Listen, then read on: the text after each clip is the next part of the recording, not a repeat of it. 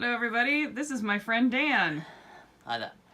And he's my friend that I'm staying with in Cambridge. Cambridge? I'm an American. I don't know how to talk. Cambridge. I even know to call it Cambridge. I just can't. I don't know. I need more tea, and my tea is now over there on the foldy stool, out of my reach. So we did just see The Last Jedi. So before I bug you about other stuff, what did you think? So I really liked it. I felt it hung together a little bit better than The Force Awakens did. The Force Awakens it felt like a set of scenes that flowed in an order, and The Last Jedi felt like a narrative that flowed smoothly. It was less bitty. I totally agree. And I have to ask, so, Admiral Holdo, badass or badass motherfucker? I mean, my natural feeling is one or both. Yes. ¿Por qué no los dos? I have a lot of time for people who are willing to be considered stupid or weak in order to get the job done. So, yeah. I totally agree. There we go. There's my thumbs up. Which looks freakishly huge in comparison. Enormous thumbs. So, what I actually want to bug you about is the tens of viewers that watch my vlog. Hi, Mom. By the way, Dan is my mom's favorite British son.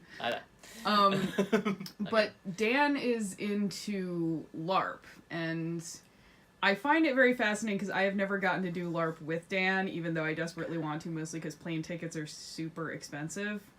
And my only experience with LARP is like White Wolf Camarilla LARP, where you're throwing rock, paper, scissors, and, you know, pretending to be sexy vampires. And Dan's is rather different. Don't mind me.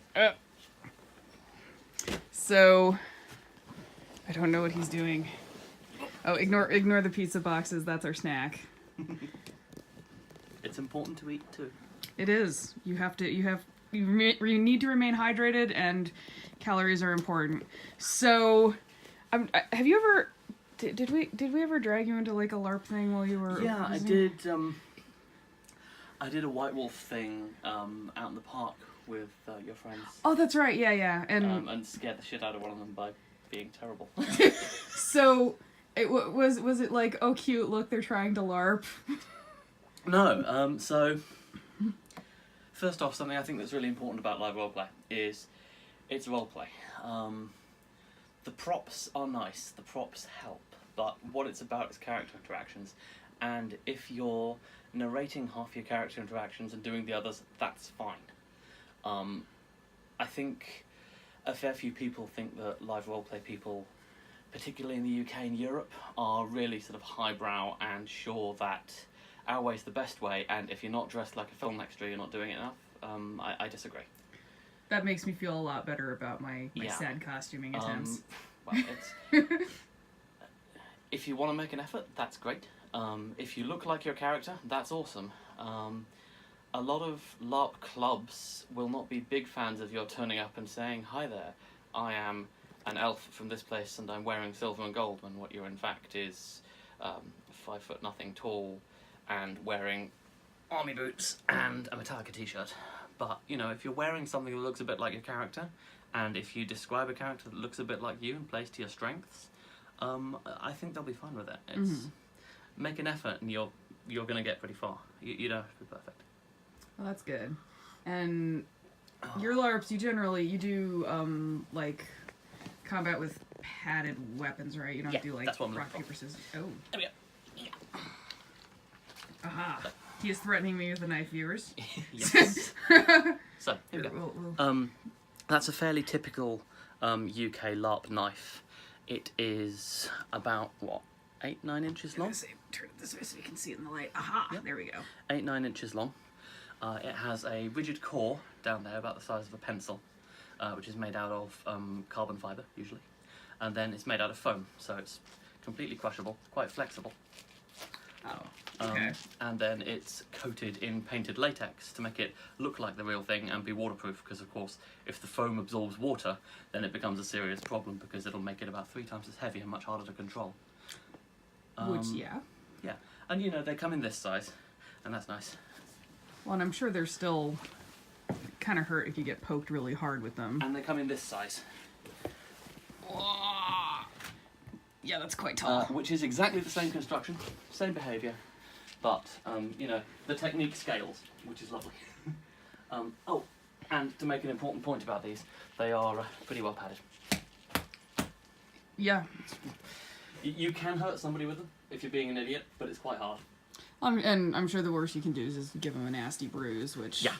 we've all given ourselves nasty bruises. Pretty much, yeah. It's not as dangerous as people think it is. You know, I have a perception, which may be wrong, that a lot of US boffer LARPers think that boffers are the only way to be safe, because you make this big sort of baseball bat-sized thing out of foam pool noodles, with maybe a bit of pipe in the middle or something, and you think it must be heavily padded to be safe. This foam is denser, but it yields better. So, where with a traditional American structure, like the ones I'm aware of, they may well be better, I don't know. The core tends to come through the foam, and you take your injuries from the core hitting the back of the foam. That can't happen with these. They're glued together, and a weapons inspector will just fail a weapon and refuse to let it be used if the core is loose. Yeah, I mean, I'm most familiar with SCA, which I mean is kind of like its whole own class of thing. And I they would would consider it a role play, but it's kind of an edge one. Well, yeah, I was gonna say I feel like a lot of people in SCA would be very offended if we accused them of being LARPers. Well, that's up to them. But I mean, I know that their weapons are generally like a rattan core with foam on it. Yeah. But like I played like a 7C LARP where they had boffer weapons, and it was just also like just watching the comic, because that was when I was in Kung Fu, was kind of sad, because it was just like them sort of, you know, someone had two swords and it was like they were coming after you with drumsticks, like, and you're just like... Yeah, so we actually call that machine gunning. Mm-hmm. And if I can get into LARP combat for a moment. Please do. I can only speak from my own experience, but all the games I've played have what's called the 1 second rule, which is no matter how many times I hit you with a weapon, I can only actually cause damage with it once a second. So I can come at you like a blender, but I'm still doing 1 point of damage a second, even if I'm hitting you 5 or 6 times. And that, we hope, tends to discourage blendering, because it's not effective. It doesn't do anything. All it does is make you look kind of silly. So, very silly. There are some schools of thought in the UK which encourage heroic fighting, where you are supposed to swing your weapon in long, slow arcs, and remember that it's made of metal and it's heavy, and you can't just flick it around like a car antenna. The Cambridge groups and most of the national groups that I play with don't bother with that. I know of a few that do. It seems to work for them, that's great. But certainly in Cambridge, we've not seen too much of a problem with people flicking weapons around like car antennae. I think it's a cultural thing. Yeah, maybe. Also, I mean, you give like the 7Cs LARP. It was a bunch of like young guys. Yeah. And coming back to the point I opened the video on, if they're enjoying themselves, then what the hell? That's true. Other than it was mostly like when someone did that to me, I was just kind of standing there like, what the fuck is even happening? I kind of got launched into that and without any preparation and did not really have much fun. Yeah.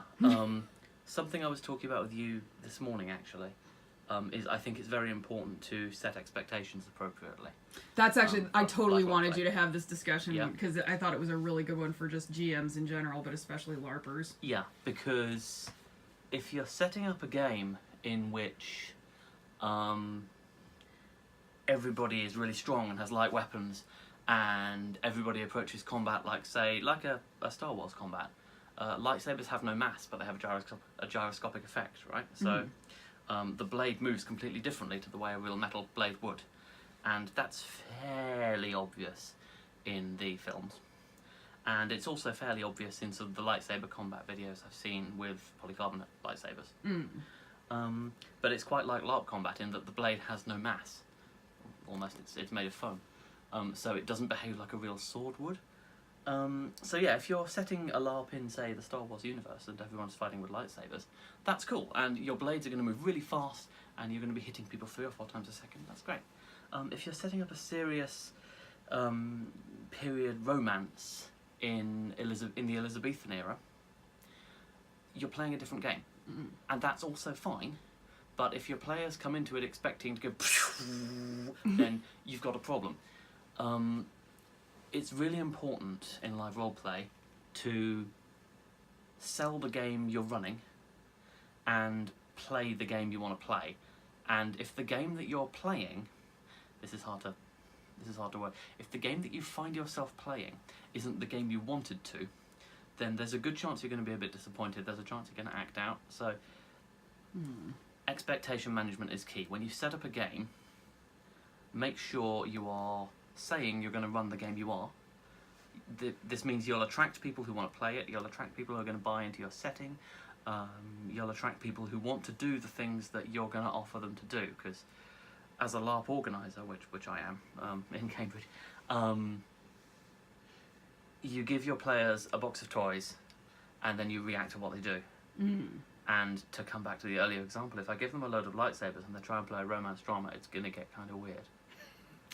Yeah, I mean, I guess you could try to do, like, you know, old Republic romance drama, but... You can totally do it, and some of the best games I've seen have gone completely off the rails 30 minutes into a 2-day run. I guess that at that point it just depends on the GMs being flexible enough to deal with it. Yeah, you really need experienced, capable GMs. And the best way to learn that, incidentally, is to play games and to volunteer to help run games. Because training GMs is hard. I've played for about 10 years, various different LARPs around the UK. And this is my second year reffing the Cambridge LARP. I'm finding it noticeably easier, this being my second year. I'm more used to how things have to happen behind the scenes, and I'm more used to how to go from a story brief to a game plan for a particular day to what actually happens on the ground. I mean, I get the impression, at least with some of the LARPs, that you do... Because obviously, I've been out of the US LARP scene for a while, but I was used to being like White Wolf Camarilla, where it would be like, you know, you'd have like 2 Camarilla games a month and a werewolf game and all that. But I know that you do some more that are like, we go somewhere and camp for like multiple days. And So the character whose bag I'm digging through here is Geraint Broadbacked. He is a military caravaneer in the Profound Decisions Empire setting, which is a big game with approximately 2,000 people on site that plays 4 times a year for a weekend at a time. Okay. This is one of his tunics. So, like, full 2-day weekend, or is it more like a 3-day? More like 3-day. My crew tend to turn up on the Thursday night, set everything up, like the in-character camp, all of our canvas tents, our fire pit, and so on. And then sleep overnight. The game starts Friday afternoon and then runs through to Sunday afternoon, and then we pack down and go home. But yeah, like, this is one of his tunics. It's a fairly fine linen, simple enough, and he'll have 2 or 3 of those, a pair of trousers, and a belt full of leather pouches, which are your pockets. Because, of course, in the medieval fantasy era, which is the one that I play the most, trousers don't have pockets. But more or less so now you understand what it's like to wear women's clothing. has a belt full of these. I actually love this to some extent, because it means I can pick my trousers and then put my pockets on them, whichever trousers I'm wearing. I don't have to worry if I left my keys in my other pants. True. Yeah, so there's that, there's the fire pits, there's the chest of gear that you're sitting on right now, backpack, the works. Geraint as a character is about a cubic meter of stuff, most of which is furniture and gear that stays in the camp and gets used like 3 or 4 times an event at most. Huh. So, because you kind of have built like this entire life for him. Yeah. So we have a village, like the Empire setting. The game is set in the town of Anvil. And the game organisers provide the central buildings. So there's a sort of a hub where you can go and find out what's going on. You can ask questions of the civil service. You can go and change money, that kind of thing. Then there's the Senate building, where all the important decisions that affect the running of the Empire get made by player character senators. There's the big ritual circle. there's a load of shops and peddlers and so on in the centre, and then all the national camps around the outside for the different nations that make up the empire. So it's a full world. I tend to go there, and then there are Senate sessions, and there are big discussions in the conclave about what we should do with magic, and there are battles off the site with 600 odd people in them. Wow. And I tend to go there and spend my entire time walking around, chatting to people, and cooking, and I have a perfectly fun time with it. Oh, hey, I mean, it's basically, it's if you get to do what you went there to do, then it's fun. Exactly. And if you want to do is like social gaming and cooking, then as long as you get to do that, you've had a fulfilling experience. Yeah, the expectation management for Empire, which I was quite impressed with, I have to admit, was we're going to set up a village that is the beating heart of an empire. We're going to put these 10 nations in it, and there's thousands of words of backstory for each nation. On the Empire wiki, which I'll give you a link to stick in the description in case anyone's interested. Oh, cool. For sure. And then we will try and build a living, breathing town, and they have, to the extent that there's a school. And the children of the Empire, who are of course the characters of players' children, can come along and learn about the Empire. They can have history lessons, and they can have alchemy lessons. I really like the way it's been. God, that's gotta be really fun for the kids. It's amazing. Never mind the kids, it's fun for the adults. I bet so. Sit there in front of a class of 20 kids, go, telling them about stuff. Be like, now I'm going to teach you about alchemy. Well, I mean, like Ivona helps run a Harry Potter camp. That's 1 week, and the kids just have the greatest time ever doing it. And I imagine it's kind of a similar thing, other than it's an original setting. Yeah, it is. So you said you've got the 4 events a year. Do you do like kind of downtime stuff like online, or is it just these events? Yeah, so there's a little bit of downtime stuff. The Empire is engaged in a military campaign against its enemies, who are pressing in on all the borders. Of course. And so the downtime is mostly, okay, I have this military strength because, like, Geraint is a logistician, he has a caravan, and so he can go and support an army, one of the armies of the Empire. And because he's supporting them, they gain a small percentage bonus in effectiveness. Ah. And a lot of player characters can do that. Okay. Because they'll have small military units, which might be sappers or scouts or saboteurs or other things beginning with S, apparently, or caravans. And so the players can influence what's going on, not only by the player generals telling the armies where to go, but by the little people of the game, which I consciously am. I'm enjoying being at the bottom level of this game. Just going, sort of putting their shoulder to the wheel. Okay. During downtime.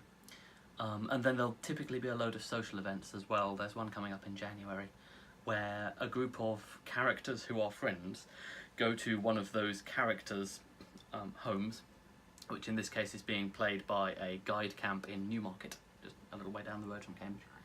And we're going to go there for an afternoon, sing some songs, toast some marshmallows, and maybe look at some art. Because it's a game world, not just some people standing in a field shouting words at each other. So. Okay, see, that's cool. What was I going to ask?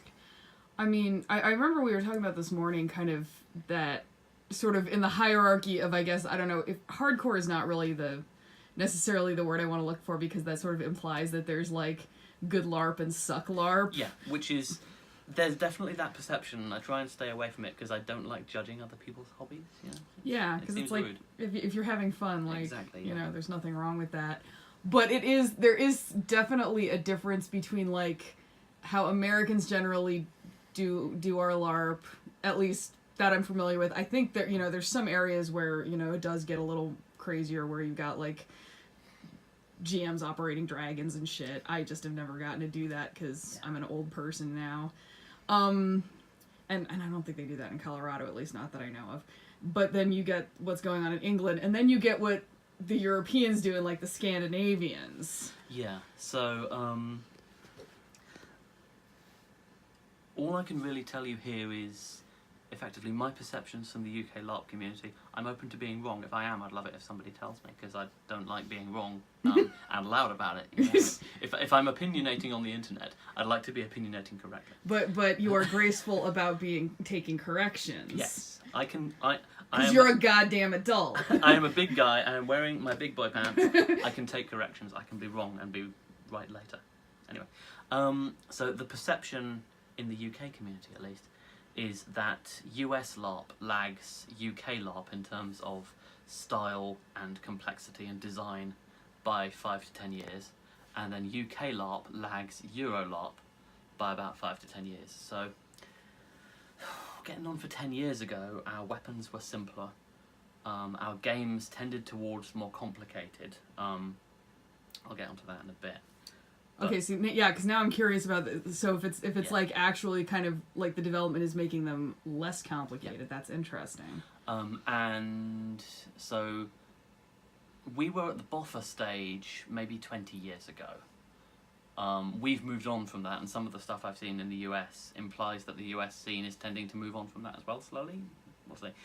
Euro LARP, meantime, I'm aware of multiple Nordic and European LARPs where players have been given a basic survival kit and dropped in the forest by car and told, okay, there's a game happening, go find it. Wow. And they will be living for several days as their characters and exercising real-life survival skills to do so. Which is pretty cool, but it's not something I'd want to do. That's not my game. That's a little more than I could definitely handle as a city person. So what I was talking about, complexity, right? Okay. LARP originally spawned more or less out of tabletop RPGers saying, hey, we could get up and run around and be our characters instead of talking about it. And this means that first generation LARP stuff, in the UK at least, tended to be very mechanical and very, very rules driven. There are still games today that do this. Most of them have, I don't want to say moved on necessarily, but they've changed in a way that I think is better. Games that require you to memorise a spellbook. Wow. And I will point at you and say, Touch of Frost. And you have to know what Touch of Frost means. And then you have to apply the effects of Touch of Frost to your character. Like, you have to react as if you're being burned by coal or whatever. And that's okay, but it requires everybody to buy into the entire magic system. And everybody to go and read the entire rule set for the magic system, just so they know how to play the game. Which, if you're not a magic user, is an awful lot of effort to be spending. Yeah, because I mean, you know, I finally started playing D&D again. I finally have a character that's doing some magic stuff, but I avoided it for a long time because I just didn't want to deal with it. So yeah, but on tabletop, if you don't know what a spell does, you can pause the action and look it up. If I'm standing there with my cloak waving around me in the breeze, and I've just been pointed out by a magic user, I need to know how to react to that, otherwise we're going to break the game for a moment as we try and work out what happened. So something that the big games and a lot of the smaller ones as well are starting to look towards, like Cambridge LARP made this jump about 6 or 7 years ago, I think, and other town LARPs are doing it, towards a unified call system, where instead of saying Touch of Frost, I can say single through or single cleave. And single means it does a point of damage to you, it takes 1 health point off. And through means it goes through armour. Cleave means it's a particularly devastating blow, and if it hits you in a particular way, it might take you down. Like a cleave to a limb typically renders that limb useless until a healer's got to it. okay. And this means that a magic user, doesn't get to shout the names of their spells anymore, but can wind up a spell vocal with something of the form, I call the forms of ice to strike you, single through, and you know that's a frost spell, and you know what damage it did, and you know how it did that damage, so you know how to react immediately. Oh, that's a lot more useful. It means there's less memorizing shit on the part of everyone else.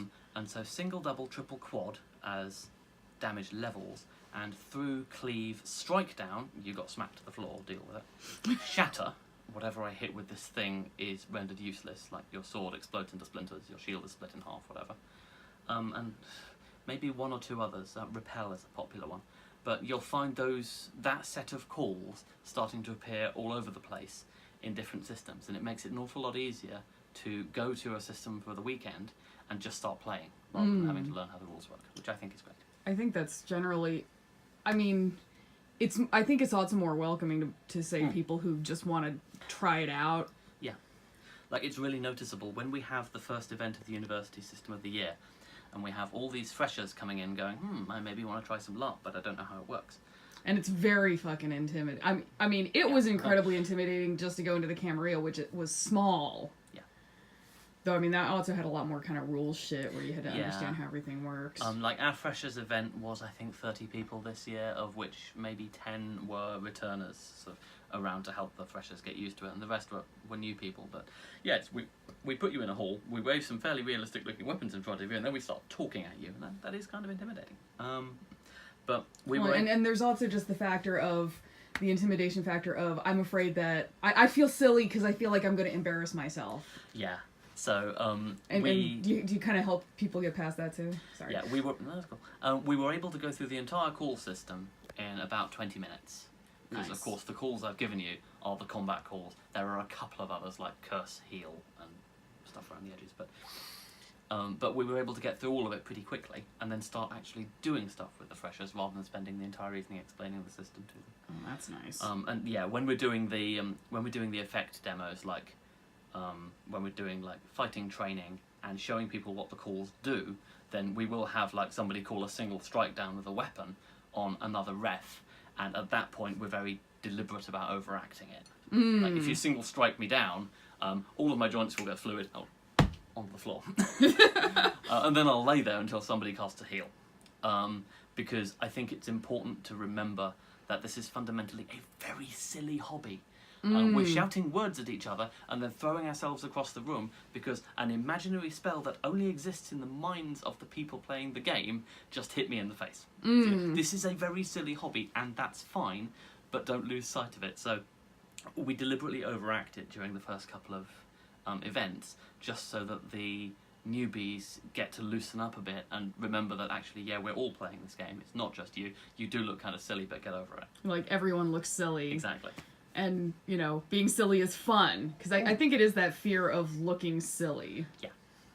Because that's just been like trained into every us. year at the Freshers' Fair, when we're doing the stall and we're saying, yeah, hey, we're the LARP Society, we meet at these times, if you want to come along, come and have a look, see what you like.